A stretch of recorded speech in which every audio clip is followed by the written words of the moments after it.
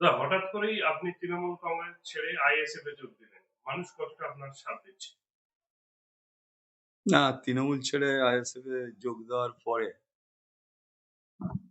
হ্যাঁ, যোগ দেওয়ার পরে। প্রচুর মানুষ আমার কাছে আসছে, বা শুধু তাই নয়, আইএসএফ তৃণমূলের একটা সেকশন ভেঙে তারা সবাই আমার কাছে আসছে, আমাকে শুভেচ্ছা জানাচ্ছে, অভিনন্দন জানাচ্ছে।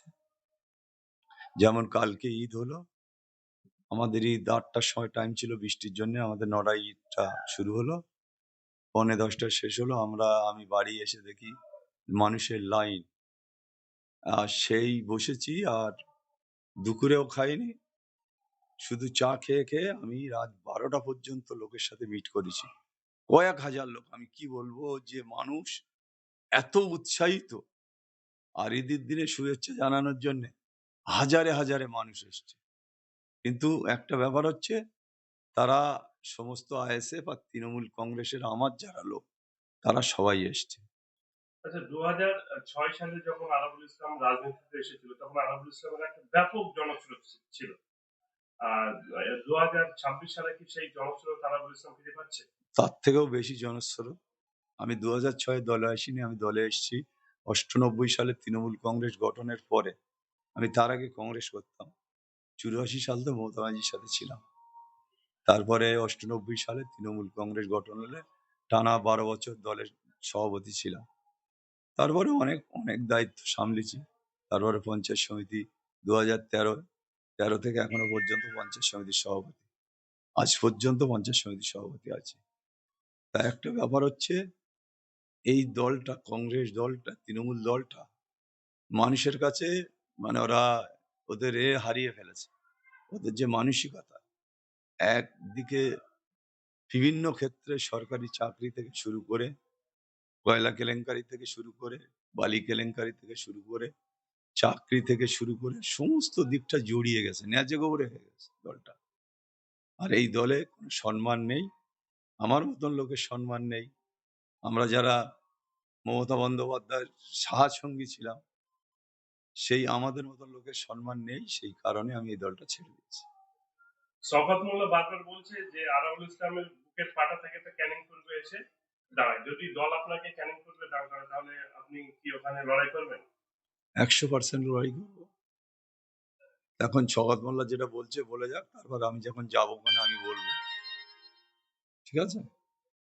এবং গতকাল বাহারুল ইসলাম একটা প্রেস কনফারেন্স করে বলল যে দল থেকে গাদ্দার চলে গেছে, বরঞ্চ আমরা ২০২৬ সালে ভাঙড় এবং ক্যানিং অনায়াসে জিতব।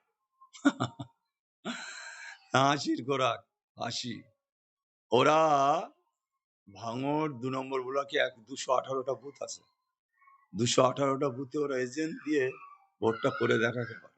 তারপর তো জেতা পরের কথা। শওকত মোল্লা লক্ষাধিক ভোটে ভাঙড়ে হারবে, ভাঙড় বিধানসভা হারবে, আর ক্যানিং বিধানসভাও জিতবে। এই দুটোই বললাম, ভাঙড় ক্যানিং দুটোই আইএসএফ দখল করবে। আচ্ছা, একদিন যারা আপনার হাত ধরে রাজনীতি শিখেছে, আজ তারাই আপনার বিপক্ষে লড়াই করবে, কি বলবেন? সেরম সেরম কয়েকজন ব্যক্তি, যেমন বাহারুল, আমি 2006 হাত ধরে এনে কলেজে ঢুকিয়েছিলাম। হ্যাঁ, আর যারা যারা প্রধান হয়েছে, যারা কর্মদক্ষ হয়েছে, সবই আমার হাতের তৈরি। তারা আগামী দিনে বুঝতে পারবে যে শওকত মোল্লা তাদের কতটা উপকার করতে পেরেছে না শেষ করতে পেরেছে, সেটা 2026-এ বুঝতে পারবে। ক্যানিং পূর্বে থেকে যদি আপনাকে প্রার্থী হয়, কতটা জিতবেন আশাবাদী? আমি 200% আশাবাদী, আমি ক্যানিং থেকে জিতবো। ইতিমধ্যে হাজারে হাজারে ক্যানিং এর মানুষ আমার সাথে যোগাযোগ করেছে। তাদের একটাই কথা, যাতে আমরা ভোট দিতে পারি। তা আমি চাই এবারে দেখব যে যাতে ক্যানিং এর প্রতিটা মানুষ ভোট দিতে পারে। আমরা শুধু প্রচার নয়, আমরা নির্বাচন কমিশনার থেকে শুরু করে সবাইকে আমরা জানিয়ে রেখেছি যে ক্যানিং আর ভাঙড় হচ্ছে একটা মানে সন্ত্রাস এলাকা। সেই কারণে আমরা বলে রেখেছি, আমরা নিশ্চয়ই, আমি ক্যান্ডিডেট হলে আমি সমস্তটা নির্বাচন কমিশনার আর সবাইকে জানাবো যে অবিলম্বে ওই ক্যানিং পূর্বটা সেন্সিটিভ এরিয়া হিসেবে ঘোষণা করা হবে। আমরা দেখছি যে বিগত দিনে শওকত মোল্লা শুধু নওশাদ সিদ্দিকী করতো, এখন নওশাদ সিদ্দিকীর নাম হলে আরাবুল ইসলাম। ও এখন স্বপ্ন দেখছে, হ্যাঁ, যে কে কি করবে, ওই স্বপ্নে পাগল হয়ে যাচ্ছে, ভয়েতে পাগল হয়ে যাচ্ছে। যখন আমার নাম ঘোষণা হলো, ঘরে বসে বসে কাঁদছিল, তারপরে তো বেরুলো বেরিয়ে বলে এই সবে কর, সব তোরা প্রতিবাদ কর, আমি ক্যানিং আসবো, ভাঙড়ে থাকবো না। যে ভাঙড় ভাঙড় করে পাগল হলো, ভাঙড় মধুর হাঁড়ি ভেবে ভাগবো করলো, সেই শওকত ভাঙড়ে দাঁড়াতে চাইছে না। তারপরে দল বলেছে তুই ২.৫ বছর ওখানে করেছিস, তোর দাঁড়াতে হবে, তুই জিতবি হারবি তোর ব্যাপার, তুই দাঁড়াবা না। তারপরে শওকত মোল্লারে এমন দিয়েছে অভিষেক ব্যানার্জি, তার ভয়তে ছুটে এসে ভাঙড়ি দাঁড়িয়েছে।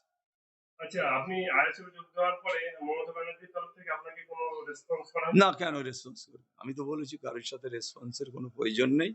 আর আমি তৃণমূলের কোনো নেতার সাথে সম্পর্ক রাখতে চাই না। হয়েছে? আপনার নাম আমি আরাবুল ইসলাম, ভাঙড় দুই পঞ্চায়েত সমিতির সভাপতি।